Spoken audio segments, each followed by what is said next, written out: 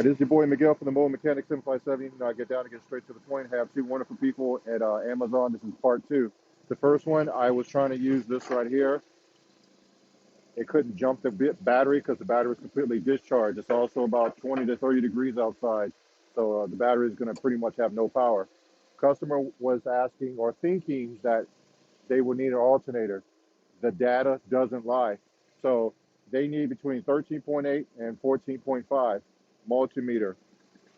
Turn your multimeter on. This is it. You can go to my bio page in my mechanic store and buy all this.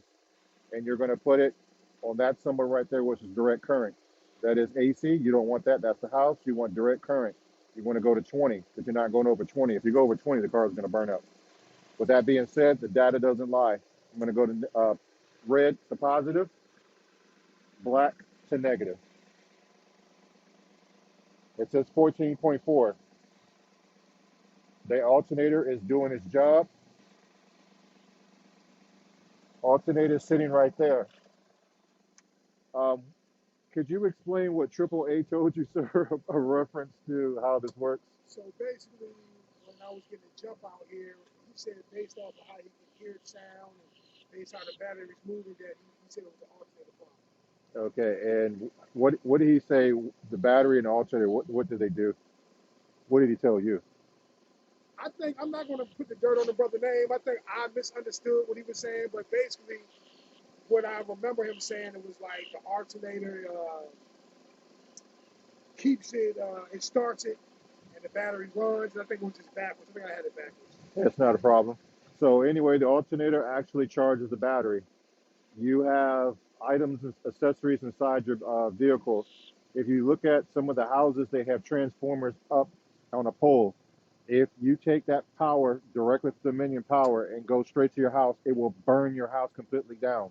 So every house has some kind of transformer, which I think goes to 440, and then it goes to the rest of your house in the circuit box. That is putting out a lot of voltage. There's a voltage regulator that steps it down and keeps it no higher than 14.8.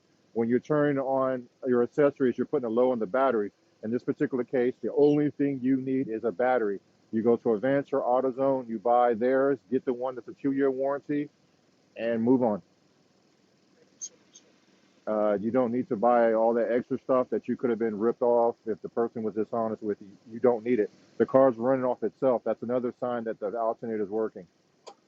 The battery is just horrible. It's a train that goes around like this, but it has to come back to itself all the way to the alternator. Otherwise, you can burn up the alternator because it needs the power back. It's trying so hard, it just burns itself out.